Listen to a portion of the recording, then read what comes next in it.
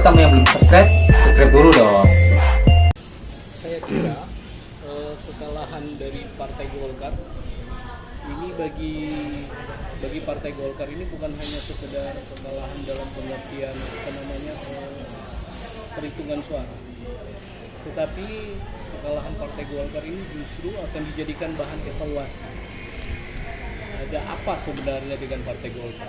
Mengapa demikian? Karena Partai Golkar adalah partai yang modern, partai yang solid, partai yang justru berakar. Itu dia ada sampai pada tingkat kelompok kerja, pokar-pokar. Di seluruh kabupaten kota itu ada. Persoalannya, jika terjadi kekalahan yang demikian fatal dari 8 pilkada ya di Sulawesi Utara, itu tidak ada satu pun yang Partai Golkar menangkan. Malahan target-target misalnya Minsel sama pemohon justru tumbang juga. Jadi berarti ada sesuatu yang harus dipertanyakan di dalam tubuh Partai Golkar. Ini memang menjadi bahan kajian yang evaluatif dan harus kritis. Mengapa? Karena Partai Golkar yang terkenal partai yang modern, berakar, solid ini justru terjadi keterpurukan yang sangat mendasar dan sangat fundamental. Ini ada beberapa faktor seperti misalnya manajemen kepartaian yang perlu dibenahi, kemudian mungkin infrastruktur partai yang harus juga dibenahi. Jadi seperti itu mungkin yang bisa menjadi bahan evaluasi. Ini bukan hanya dalam konteks musdalu atau apa, bukan, tetapi paling tidak kita memberikan kritis, keberatan, seperti ada misalnya teori disorder of law misalnya. Jadi teori ini berawal dari kekacauan. Tujuannya adalah untuk memperbaiki. Jadi ketika kondisi Golkar mengalami keterpurukan saat ini, ya inilah saatnya kita sebenarnya membuat suatu pemahaman bersama bahwa Partai Golkar ini perlu untuk dibenahi. Pembenahan dalam bentuk apa ya? Kita serahkan ke seluruh stakeholders yang ada di dalam Partai Golkar sampai ke tingkat pokok. Apakah isu ini sekarang juga isu dari beberapa kabupaten kota, khususnya Kota Manado itu akan setelah kekalahan Ibu Cep, para fraksi Partai Golkar di DPRD Kota Manado itu terancam untuk pergantian antar waktu dari pengurus DPD 2 Partai Golkar Kota Manado. Apakah hanya Kota Manado ataupun 14 kabupaten kota lainnya yang berdirinya Partai Golkar itu sendiri? Saya tidak dalam konteks misalnya mengadili ataupun menyatakan sesuatu seperti itu, karena mungkin tingkat DPD kabupaten kota tersebut atau mungkin tingkat DPD Sulu. Tetapi soalnya ketika terjadi kekalahan, sekali lagi kemudian ada orang-orang yang harus dituduh, kemudian ada orang-orang yang harus dikorbankan. Dalam hal ini saya pikir semua harus berkorban. Namanya partai, namanya kader, namanya simpatisan, namanya pengurus, namanya anggota dewan sekalipun, itu memang semua harus bertanggung jawab dalam hal ini. Pertanggungjawaban ini bukan dalam bentuk saling menyalahkan ataupun karena tidak jadi kemudian sang Ibu Cep misalnya tidak jadi gubernur kemudian menyalahkan yang lain. Bukan dalam konteks itu sekarang. Sekarang yang harus dikejar adalah bagaimana Partai Golkar ini merubah. Ya kalau dulu tahun 98 Partai Golkar ada namanya paradigma baru Partai Golkar. Ya saya pikir di Solo juga harus demikian. Harus ada perubahan paradigma berpikir. Bagaimana Partai Golkar ini bisa kembali berjaya pada pemilu 2024. 3,5 tahun sekarang kepemimpinan, ya kita coba manfaatkan itu nanti sebentar sebagai bahan untuk pembenahan kita. Ya mungkin demikian. Oke, mengacu pada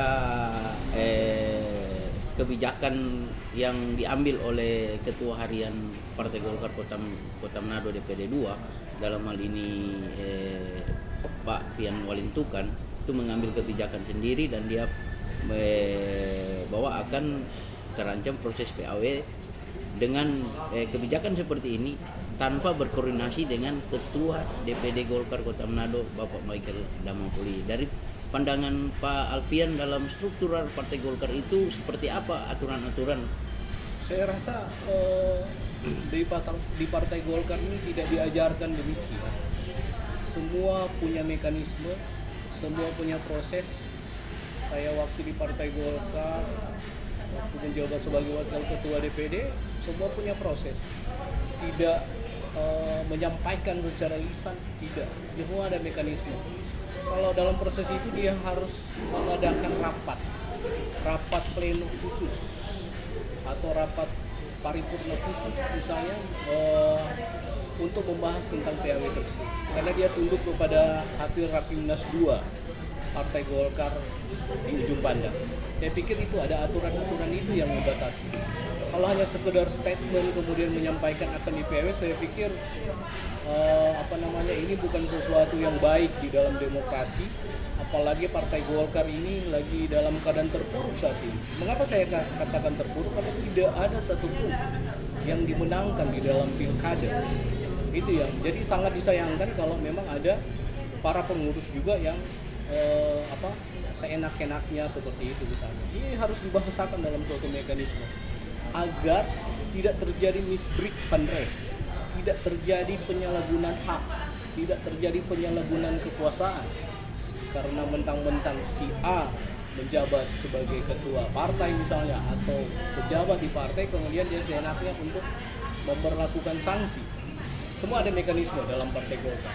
Ada sanksi yang sangat ketat, ada syarat limitatif yang sangat ketat yang harus dilakukan ketika seseorang misalnya dilakukan PAW misalnya. Meskipun ya pelanggaran yang paling signifikan adalah bagaimana para kader itu melanggar anggaran dasar, anggaran rumah tangga, atau perintah atau keputusan partai. Saya rasa demikian.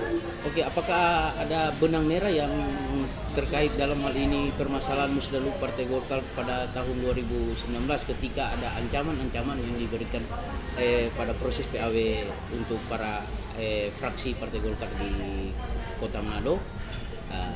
Dari pandangan Pak Alfian dalam masalah dari Partai Golkar Musdaluk itu saya kira sudah kembali ke Mahkamah Partai, sudah kembalikan kepada DPD 1 Partai Golkar Sulut. Jadi dalam postulat hukum seperti apa? Kalau memang kondisinya demikian ya, saya juga belum dapat informasi yang update misalnya tentang Mahkamah Partai terbaru keputusan. Tapi kalau memang benar ya harus dilaksanakan apa yang menjadi keputusan Mahkamah Partai, karena asas rematik causa atau asas presumption justice causa yang dikeluarkan oleh DPD Partai Golkar Provinsi sudah dibatalkan. Jadi berarti harus kembali ke dalam konteks bagaimana melaksanakan keputusan Mahkamah Partai. Kalaupun ini ada riak-riak dari benang merah seperti disampaikan tadi ya, saya pikir namanya dinamika politik.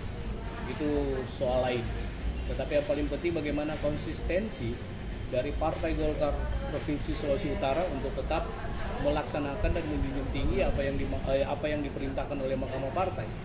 Karena itu keputusan Mahkamah Partai itu kekuatannya sama dengan keputusan-keputusan atau aturan-aturan yang dikeluarkan oleh Dewan Pimpinan Pusat Partai Golkar. Oke Pak, terakhir terkait dengan kekalahannya Ibu Cep, apakah DPD Partai Golkar menyembunyikan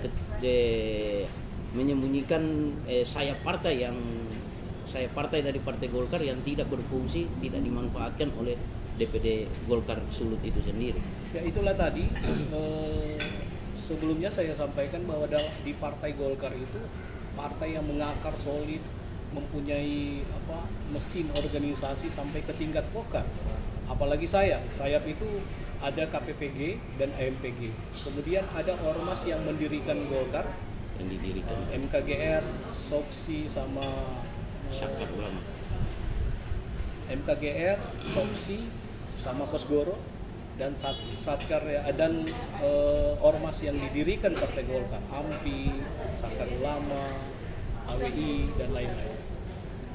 Jadi mesin partai seperti kekuatan partai seperti saat ini memang agak tidak masuk akal kalau dalam pilkada satu pun dalam pilkada itu tidak bisa dimenangkan. Ini sangat tidak masuk akal.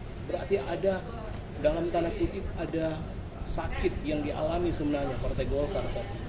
Sakit yang dialami Partai Golkar saat ini itulah yang harus kita sembuhkan bersama. Dan sakit yang ada di dalam Partai Golkar ini kita harus menjadi tanggung jawab bersama para pengurus, kader, simpatisan untuk bertanggung jawab bersama terhadap kekalahan ini. Tidak semata-mata juga kekalahan ini harus disampaikan ataupun dilemparkan ke orang lain, tetapi bersama-sama kita memikirkan bagaimana keberlangsungan Partai Golkar ke depan. Jadi saya kira demikian sih. Oke, terakhir juga dalam hal ini hanya di Provinsi Sulawesi Utara Partai Golkar kekalahan dari beberapa pilkada pada 9 Desember di Republik Indonesia yang ada di 34 provinsi, bahwa Partai Golkar menang telak dengan 61, berapa persen.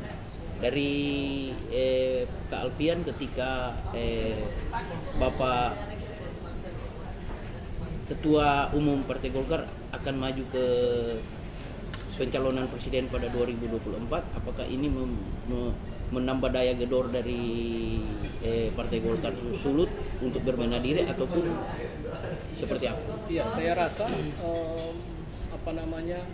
konstruksi daripada DPP Partai Golkar mencalonkan Airlangga Hartarto nantinya ya ini perlu diamankan sampai ke tingkat paling bawah, termasuk Sulawesi Utara. Dengan kondisi demikian ya sebenarnya memang itulah tadi, pembenahan harus segera dilakukan di dalam tubuh Partai Golkar Sulawesi Utara. Ini bukan lagi semacam berita, ataupun ini bukan hanya sekedar semacam isu, tetapi benar-benar kita harus evaluasi total. Partai Golkar Sulawesi Utara harus segera dibenahi. Dengan demikian maka kesiapan di dalam mempersiapkan diri di dalam pemilu nantinya 2024 termasuk pemilu presiden itu ya Partai Golkar Sulut siap, dan mungkin ya bisa memberikan kontribusi yang baik di dalam masyarakat. Intinya bagaimana masyarakat boleh sejahtera, itu yang harus dilakukan Partai Golkar.